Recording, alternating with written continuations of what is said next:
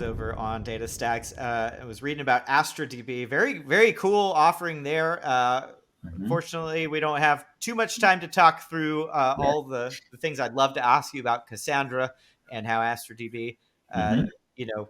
fits in there.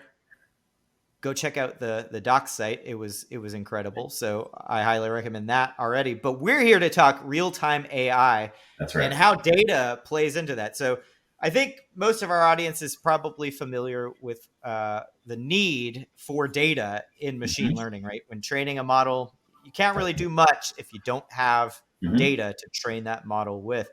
The first thing I wanted to ask you about was that real time Mhm.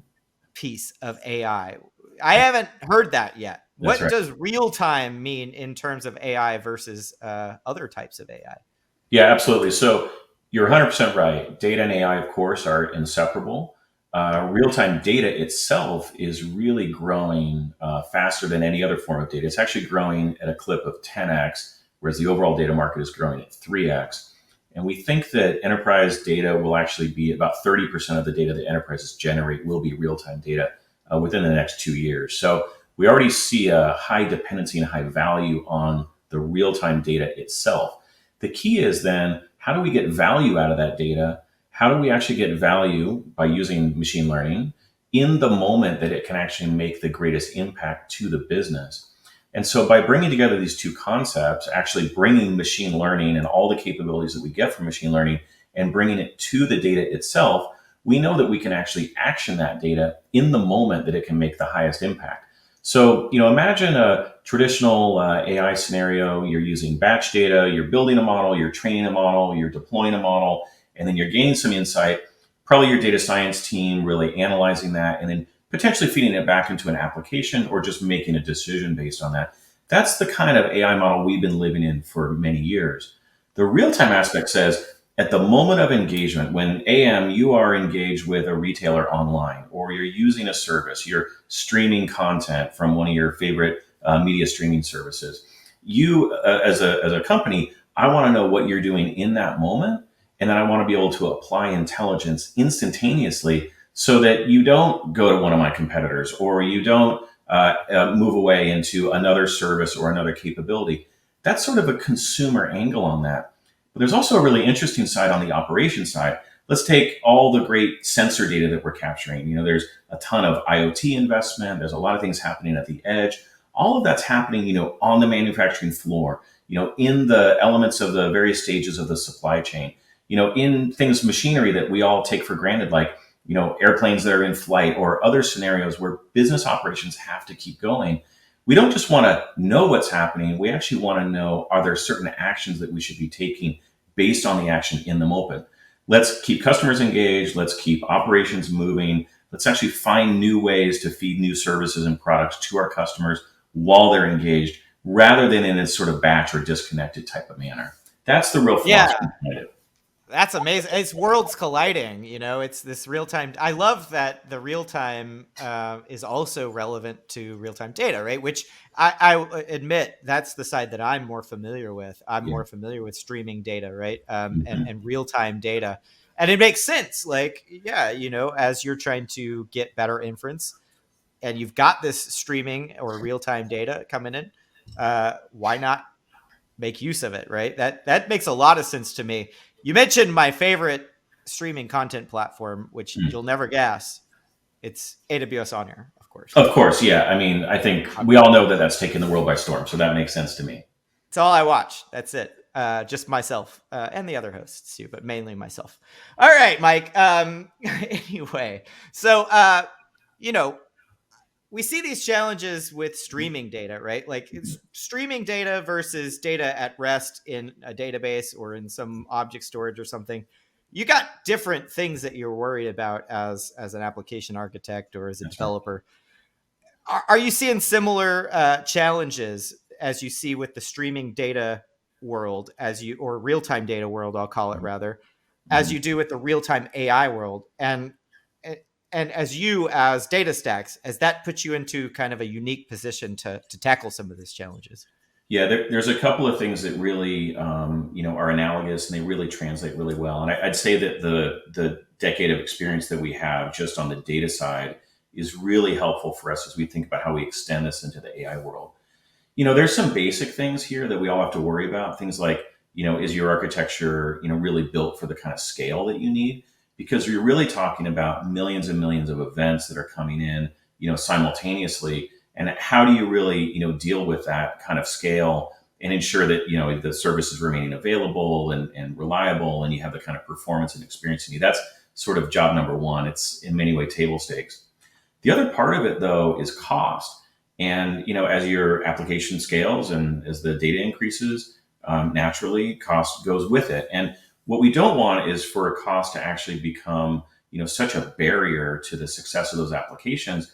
Or you're running a business, if you're building a real-time AI application, how do you actually make sure that you can protect your margins and you don't become a victim of your own success? Speed and scale, price economics, all of those things are huge factors in there. But the other part of it is complexity, and this is actually something you alluded to, our technology called Astra, which is where we took Cassandra and moved it into the cloud. A lot of that was about letting people have the power of Cassandra without the complexity and without the operational overhead that a lot of organizations have found with Cassandra. The same is true here. What we want to do is we want to make it simpler. There's a lot of redundancy that people are building into batch AI type systems. There's a lot of data transfer costs. There's a lot of time associated with that, and a very complex environment to manage across systems. One of the things that we want to do by bringing ML into the data platform itself is actually eliminate a lot of that complexity. We're definitely going to eliminate the cost of transfers because you're using the data that's already in the platform, and you're going to eliminate time. So all of that sort of comes together. It makes it much more of an architectural discussion. What I'd really like to get across in this conversation is I don't want to talk about products. I want to talk about how you build your architecture, because you're feeding Yeah. applications. You're thinking about how all of this works together with multiple systems. And there's a pretty big ecosystem of services, many of which are coming from AWS. There might be other kind of technical debt people are thinking about, and then some new technologies so that they can move very quickly and take advantage of AI without disrupting what they already have. Yeah, that was going to be a question I wanted to ask you too, kind of tangentially related to this. Mhm. A lot of businesses, a lot of companies even are looking at how to add AI into what they're Mhm. doing, Yeah. right? And it seems like you all again have taken what you know and Yeah. are applying it very well to AI. But for other companies, right? For the companies that are going to come to you all for this real time AI, do you have recommendations at the types of problems, the types of challenge? How should they be thinking about adding real Mhm. time AI to solve the problems they're looking to solve?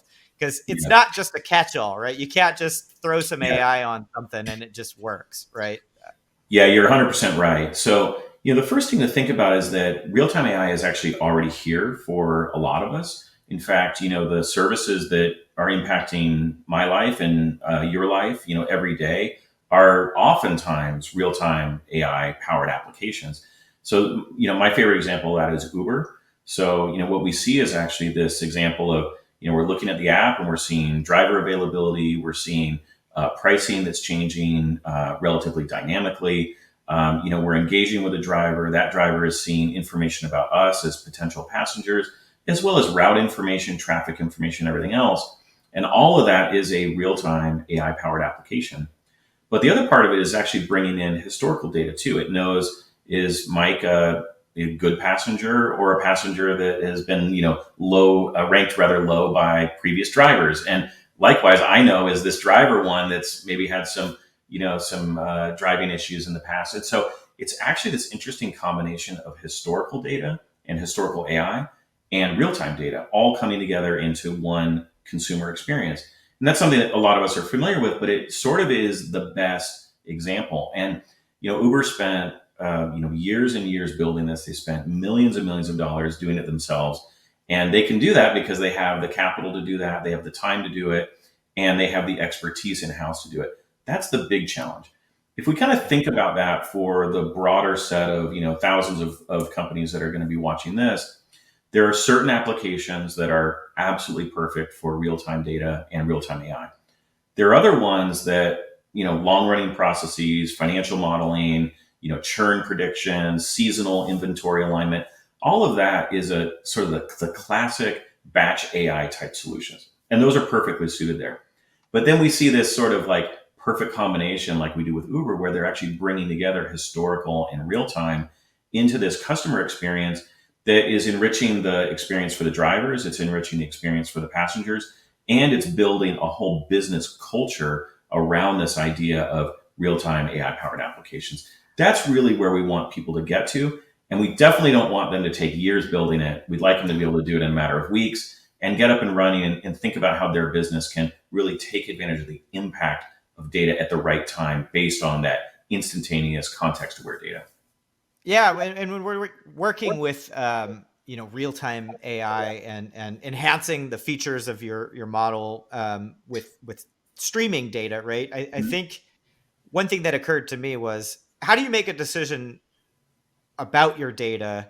Mhm. Some data makes sense just to be streamed through, just to enhance that Yeah, feature.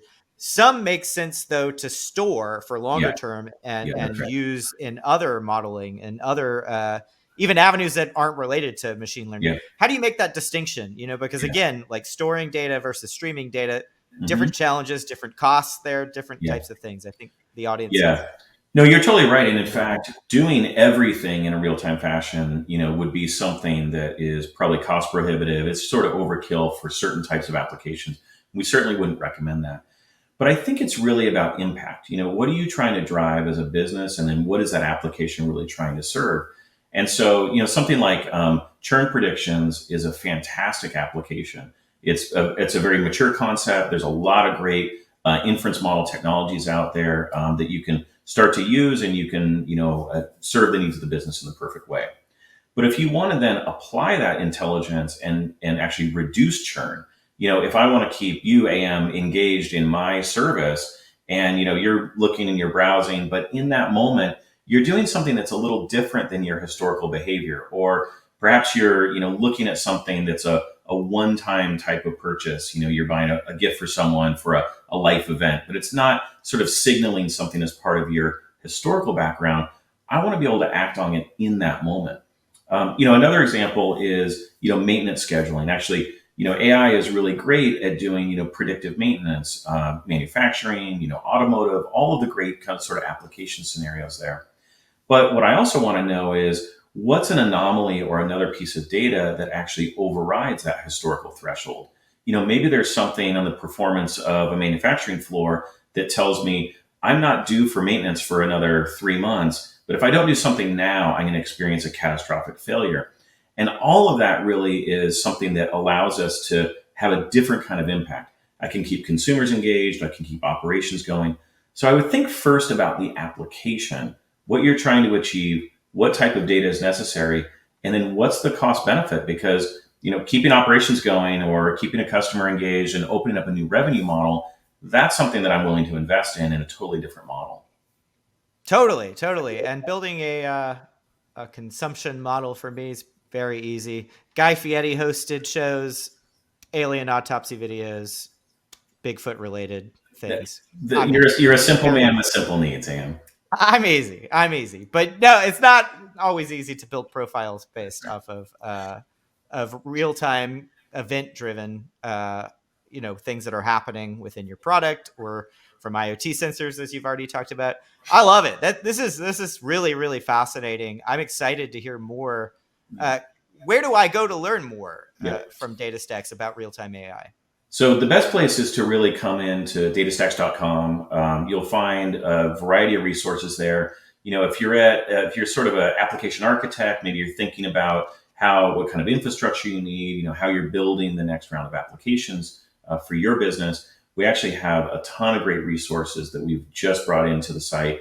Architects guides, how to bring in, NoSQL, streaming, other environments to really support your application strategies.